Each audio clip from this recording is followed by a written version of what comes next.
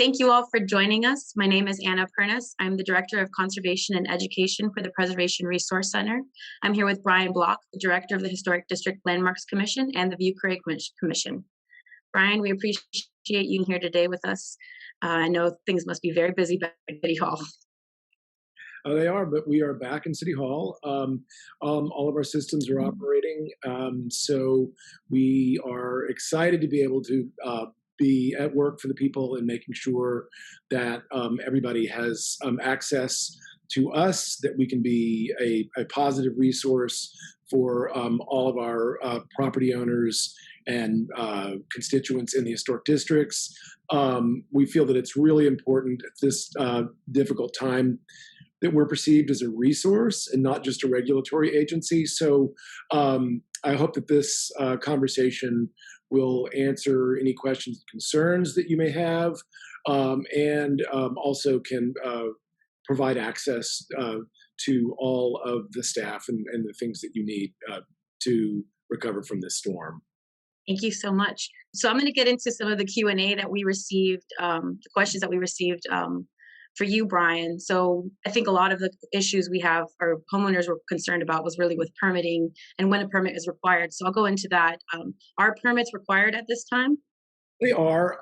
The typical standard rules and regulations still apply, in that, if any in the Vieux Carré, anything that's on the exterior of the building requires a permit. Anything in the HDLC districts, particularly the full control districts at least, that's visible from the public right-of-way requires a certificate of appropriateness. That being said, we understand that right now we are all operating under some extraordinary circumstances, and that there may be times when access to information may be difficult. Access to materials is definitely going to be more strained than in a normal time. Access to professionals and workers is probably going to be more complex than normal. So what we're really wanting is to make sure that the folks in the districts reach out, let us know where they are and what their situations are. We are accepting applications online for permits and certificates of appropriateness, C of A's. So we want you to first make the attempt to reach out so that we can work with you to make sure that whatever you're doing on your building is correct and appropriate. That being said, we don't want you to linger in your efforts to seal your buildings from the elements. We're in the middle of a very busy hurricane season. And even if it's not hurricanes and tropical storms, we frequently have a lot of, rain events this time of year. So it's imperative that your building is weather tight. If you need to do that work to seal your building in advance of achieving a permit, make sure that you document everything that you're doing, and we can issue permits retroactively. But now that we are back in City Hall, and now that our computer systems are up and operational, please reach out to us either by phone, email, or by the One Stop app. Get your applications in, and reach out to the staff so we can all work together to make sure. What we don't want to do is for somebody to do inappropriate work that has to be redone down the road. So this is for everybody's benefit to try to work within the system. So you say we have to submit online through the One Stop app.nola.gov website. Can applications be dropped off at City Hall? We don't recommend it. Right now, City Hall is trying to function, or the 7th floor rather, as an appointment-only situation. The elevators do not function right now. So if you come to City Hall, understand that you're going to be climbing 7 flights of stairs, and you'd have very limited access to staff. So if you do need to come to City Hall, we recommend that you contact the staff of the VCC or the HDLC first and make an appointment so that you don't climb the 7 flights of stairs and be disappointed. and try as hard as you can to do your work in contacting us remotely. I think it's just more efficient that way at this time, and it just will be a better experience for you. Probably will function quicker and easier that way. But we do understand that not everyone has access to, functioning internet or computer equipment. So please, by all means, we are available, we are accessible, and we would definitely take an application, even if it's just dropped off at the front desk. Right, thank you. So one of the big questions too was, how do you find out if you are in a full controlled district or in what district you belong to? Sure. Obviously, the French Quarter is probably much easier than the other districts. There are maps on the HDLC website, nola.gov/HDLC, and there's a link that says maps, so it's very simple. Shows the entire city and the breakdown of each historic district. And if you click on the area where your building is located, a dialog box will come up that names the district and will tell you whether it's a full control or a partial control district. So it's extremely user-friendly. Now we're kind of getting into the nitty-gritty. I think people obviously had to make repairs, like you had mentioned earlier, to that just to get their building watertight. So we had a questions asking, if I have secured my roof with a tarp, how long can I keep the tarp before receiving a violation or needing to make the repair? We don't have an official stance on that. We are, working with our commission, similar to after Katrina, to where they're going to vote on relaxing some of the standards for roofing for up to a year, and that will include different materials. And I'm going to, because of this question, I'm going to ask this question to the commission so that we can have this conversation at that level and make this official. It's safe to say right now that the tarping material will deteriorate within a year, so we would not extend it beyond that. Yeah, but we're not in a position right now where we're interested in going around issuing violations for people that are trying to do work on their buildings and trying to keep their buildings weather tight. So, my advice, once again, is to reach out to the staff, let us know where you are in the process of trying to secure the building. Once you submit an application and we get you a C of A, we understand that it may take a while for you to get building materials. It may take you a while to get a contractor. So I don't want people to be out there adding stress to, already a stressful situation by thinking that the HDLC is waiting with a time clock to send out violations, because we're not.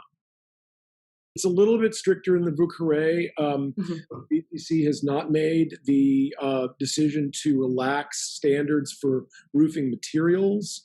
To your question about tarps, I would, still keep the same, that, we understand it's going to be difficult to get materials. So, we would extend the amount of time.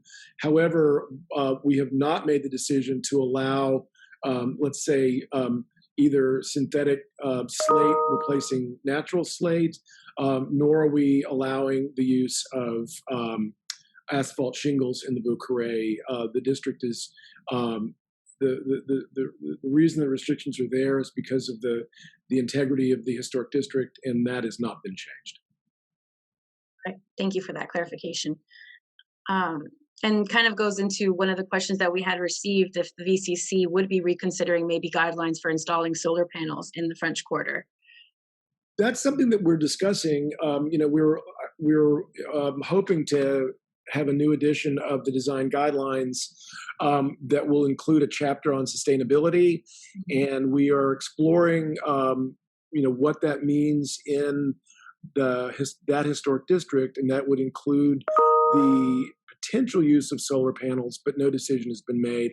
That decision will be made at the commission level, and then would be the new design guidelines would be approved by city council. So at this point, we don't have any update on that particular idea. And so going back to roofings, I know that's has been one of the biggest issues So one homeowner is asking, if I roof with a product on the HDLC's pre-approved list, I need to submit an application, and if shingle brand is not on the list, can it be submitted for review?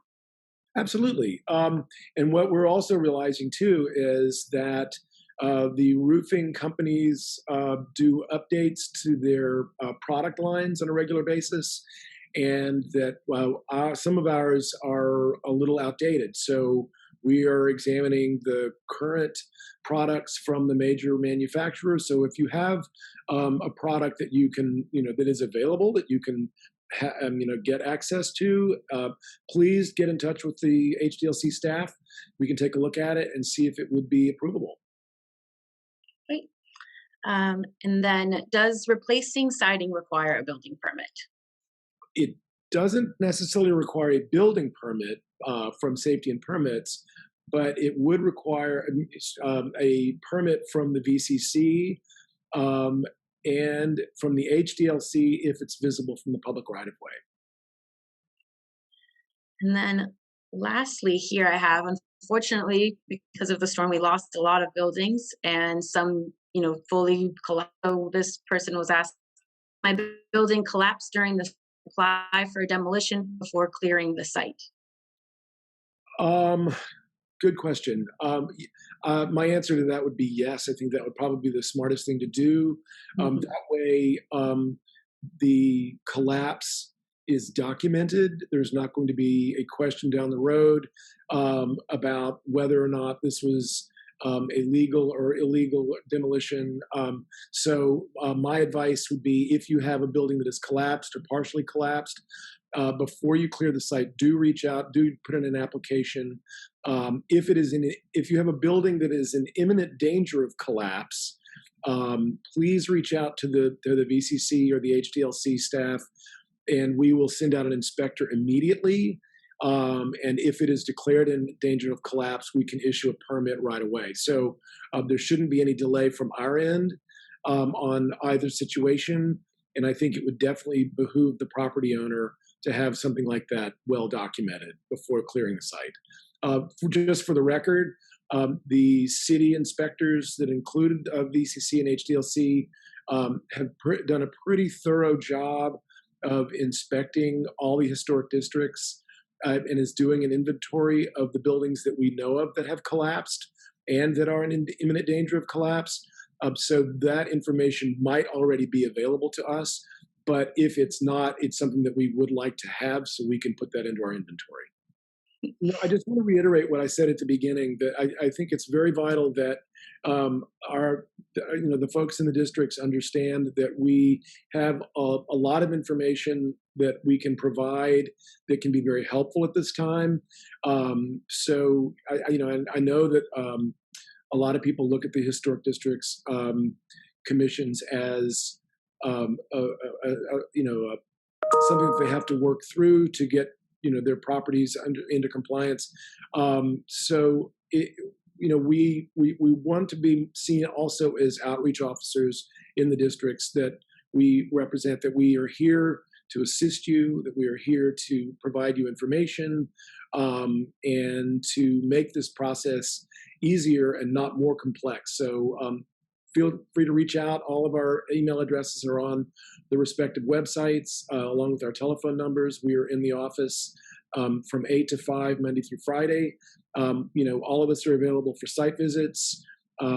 So don't hesitate to reach out to all of us, including myself.